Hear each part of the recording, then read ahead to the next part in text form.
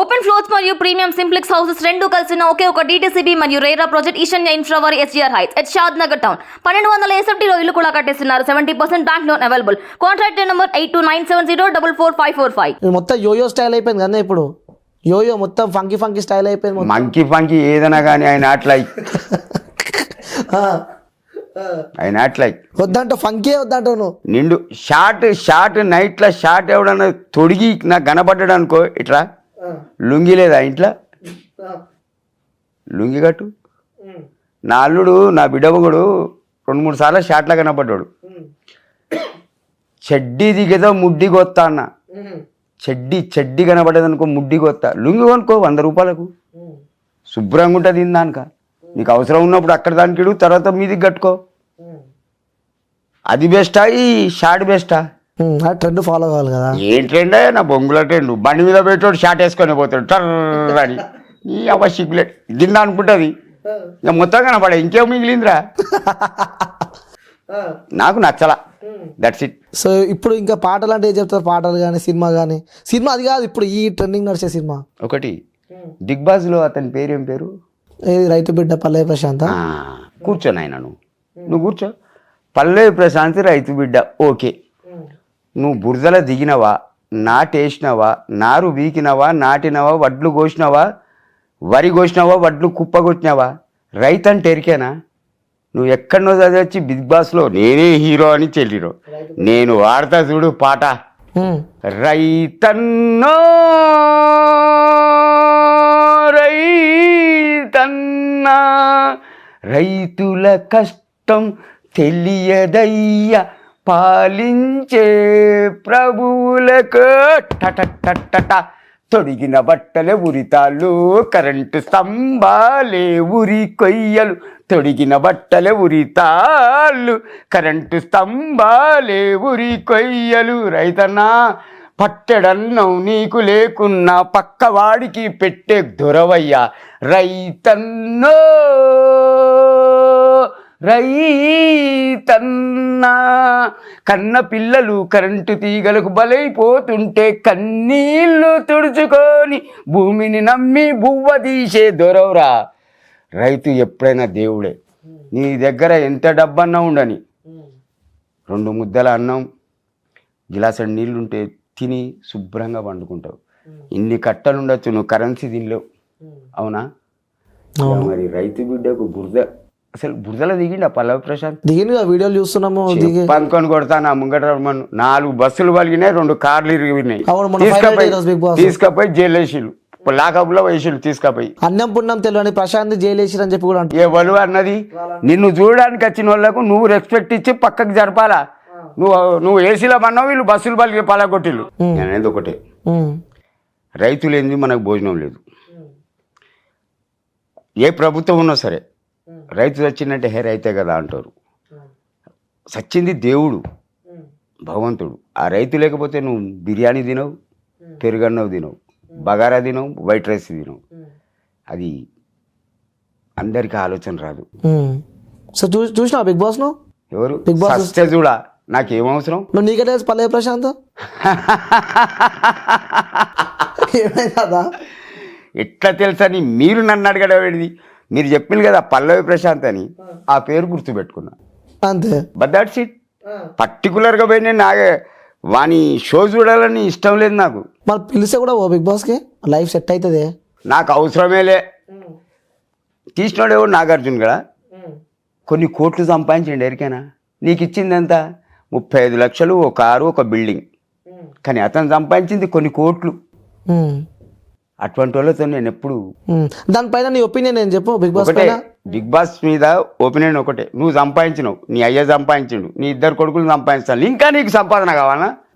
ఎడబెట్టుకుంటావు. వృత్తి అది కావాలి. అది ఏం వృత్తి? ఎడబెట్టు. అమలు ఉన్నది జంతు ప్రేమికులు అంటది. దాని గురించి చెప్తే బాగుండదులే. నెక్స్ట్. సో మీరు కూడా పోతున్నా చెప్పిన బిగ్ బాస్కి. ఇప్పుడు నెక్స్ట్ బిగ్ బాస్ సీజన్లో మీరే ఉంటారని చెప్పి. నా ఎత్తు బంగారం ఇచ్చిన నేను పోను. ఎంత ఇచ్చినా ఏమి చేసినా బిగ్ బాస్కే పోను. నీ అటువంటి వాళ్ళ దగ్గరికి వచ్చి నమస్తే బాబాయ్ అని మాట్లాడి సింగిల్ టీ తాగిపోతా. అటువంటి వాళ్ళు నాకు గిన్ని కట్టలి అని. ఆప్యాయత, ప్రేమ, అనురాగం ఎలా ఉందంటారు మీరు ప్రజల్లో? ఇంకా చూడండి, భార్య భర్త కానీ భర్త భార్య కానీ. ఒకప్పుడు అమ్మ చూసి కడుపు చూసి భోజనం పెట్టేది, ఇప్పుడు భార్య జేబు చూసి భోజనం పెడుతుంది. భర్త బయటికి పోయిందంటే నా భర్త ఏమో తెస్తాడని ఆశపడుతుంది. అతను లక్కులు ఏదైనా చేయొచ్చు చేయకపోవచ్చు. దీనివల్ల భార్యాభర్తల నడుమ గొడవలు అవుతున్నాయి. ఇక కొడుకులు అంటారు, కోడళ్ళు అంటారు, బిడ్డలు అంటారు. ఎవరి సంసారం వాళ్ళది ఉంటుంది. తల్లి బాధ్యత తీసుకున్న కొడుకు కోపం, తండ్రి బాధ్యత తీసుకున్నా కూడా కోడలు కోపం. అందువల్ల ఇవాళ రేపు ఆప్యాయత అనురాగాలు ఇవ్వండి, ఓన్లీ కరెన్సీ. సో అలాంటి వాళ్ళకి మీరు చెప్పాలంటే ఏం చెప్తారు తాత? ఎందుకంటే అనుభవించున్నారు మీరు. ఒకటే, నాది 62 ఏళ్ళ వయసు. నేను డబ్బు చాలా చూసిన. నా 15 సంవత్సరాల వయసులోనే మా నాన్న కొన్ని లక్షలు మంచం మీద బరిసి పండుకో అన్నాడు. ఇదంతా మీదే డబ్బురా కొడుకు. నేను ఇంటికి ఒక్క కొడుకునే. అంటే అది బ్యాడ్ లక్ల సర్వస్వం పోయింది. పోయిన తర్వాత కూడా నేను ధైర్యం చేయలా. ఇంటర్ చదివిన, నాకు 4 అక్కలు, ఒక చెల్లె. హెల్త్ ఖరాబ్ అయి ఉండి ఒక చెల్లె జరిగిపోయింది. 4 అక్కలు ఉన్నారు. నేను ఇంటికి ఒక్క కొడుకును. వాళ్ళకి ఏ ఆపద వచ్చినా నేను పోతా. మొన్న 7 రోజులు అందుకే పోయినా నా అక్కను చూడడానికి. మొత్తం షేక్ అయిపోయింది హైదరాబాద్. కుర్చీ తాత ఉన్నాడా చచ్చిండా అని. దేవుడు తీసుకుపోయినప్పుడు పోతా. మీది లవ్ మ్యారేజ్? అవును. ప్రపోజ్ నువ్వు చేసినావా లేకపోతే అక్కడి నుంచి వచ్చిందా? నేను చేసిన. ఏమని ప్రపోజ్ చేసినావు? ఒక్కసారి ఊహించుకో. ఆ రోజులకు పోయి ఊహించుకో అసలు ఎట్లా ప్రపోజ్ చేసినావు అప్పుడు. ఒకటి చూడు బాబాయ్, నేను మళ్ళీ చెప్తున్నా, మీరు ఒక 100 మంది ఆడపిల్లలను చూడొచ్చు. You are a young person, I'm old man. మీకు నచ్చిందంటే ఎక్కడనొక్కడ అయస్కాంతం లట్టుకున్న తలుపుతుంది. అవునా? నాకు అహల్య అని ఒక నర్సేర్క, అహల్య నా ఫ్రెండ్ వాళ్ళ సిస్టర్. ఇంకో నర్స్ పేరు, గవర్నమెంట్ నర్సులే వాళ్ళు. ఇంకో నర్స్ పేరు స్వరూపరాణి. వీళ్ళిద్దరు ఫ్రెండ్స్. ఆ నర్స్ ఈ నర్స్. అయితే నా ఫ్రెండ్ వాళ్ళ చెల్లె అహల్య కోసం నేను హాస్పిటల్కి వెళ్ళిన. అప్పుడు ఆమె పేషెంట్. అహల్య కోసం హాస్పిటల్ పోయారు. సిస్టర్ నర్స్ అవుతుంది. ఆమె కోసం నేను పోయారికి ఈమె పేషెంట్ మంచం మీద కూకున్నది. ఒకసారి ముఖం చూసిన, ఎక్కడో గెలికినట్టయింది. డగ్ డగ్ డగ్ డగ్ గెలికినట్టయింది. 4 రోజులు పోయినా, చూసినా వచ్చిన. ప్రతిరోజు 5వ నాడు పోతే జంపు లేదు అక్కడ, డిశ్చార్జ్. ఎంత పర్సన్ వచ్చి పడే నీకా? డైరెక్ట్ నర్స్ దగ్గర పోయి అడ్రస్ అడిగిన, పలాని పేషెంట్ అడ్రస్ ఇవ్వండి అంటే ఉంటుంది కదా. అవునవును. రాసి ఇచ్చింది. అక్కడ పోయి అడ్డేసిన. వేసినావు. వాళ్ళ ఇంటి ముంగట కొద్దిగా దూరానికి ఒక గుడి ఉంటుంది, హనుమాన్ల గుడి. అక్కడ మన అడ్డ. 1 రోజు, 2 రోజులు, 3 రోజులు, 4 రోజులు, 5 రోజులు, 1 వారం, 10 రోజులు వేడి చేసిన. అవుతున్నావు చెప్తుంటాను. ఒకరోజు అన్ఎక్స్పెక్టెడ్ ఇంట్లోకి వెళ్ళింది. అవుతుందా కాదా అని చూసిన. ఆమె ఓ బ్యాగ్ వేసుకున్నది, బురికేసుకొని బయటికి వెళ్తాను. చూసిన కొద్ది దూరం పోయే వరకు అక్కడ ఒక కొత్త బస్ స్టాండ్ అని ఉంది హన్మకొండలో. అది దాటే వరకు చూసి వెనక పోయినా. వేడిగా డైరెక్ట్ బాగా చూసింది. సెంటర్కి వెళ్తున్నా అండి. ఏ సెంటర్? ఆమె ధైర్యాన్ని కూడా ఒక దండం అండి. సూపరా. ఏ సెంటర్ అన్న? బట్టలు కుట్టే పని నేర్చుకోవడానికి వెళ్తున్నా. ఎక్కడ నడువని, ఆమె ముంగటనే వెనక, ఆమె ముంగటనే వెనక. అందానికి పోయి చూసిన. సంథింగ్ 1 వారం తిరిగినామండి, ఎక్కువ లేదు. ఏ గార్డెన్ పోలే, ఎక్కడికి పోలే. 1 వారం తిరిగిరా? వారమే. అట్లా ఒక అరగంట గంట ఆమెతోటి. ఆ తర్వాత జంపు జిలాని లేచిపోయి పెళ్లి చేసుకున్నావు. ప్రపోజ్ చేయలే నువ్వు అప్పుడు? ఎందుకు చేయలే? ఐ లవ్ యూ చెప్పేసిన కదా. ఏమని చెప్పారు? I love you to, you love to me. First మీరు ప్రపోజ్ చేసిరా? ఒక్కసారి చెప్పారు, అటు యూస్ చెప్పారు ఒకసారి. బాగుండదు, బయటికి పోతుంది. ఒక్కసారి చెప్పు, ఒకసారి మా కోసం చెప్పండి. ఒకటి బాగినండి, ఒకటి బాగినండి. ఏ ఆడిపిల్ల అయినా కూడా లవ్ సక్సెస్ అయినా ఫెయిల్ అయినా ఆమె ముంగట మనం అన్నాం అనుకో, ఎంతైనా కొంచెం అన్నా ఇది అనిపిస్తుంది. Ego ego ego self respect ego. అవునా కదా? అవును. మీరు చెప్పినప్పుడు యాక్సెప్ట్ చేసిందా? ఇక్కడ లవ్ యూ టు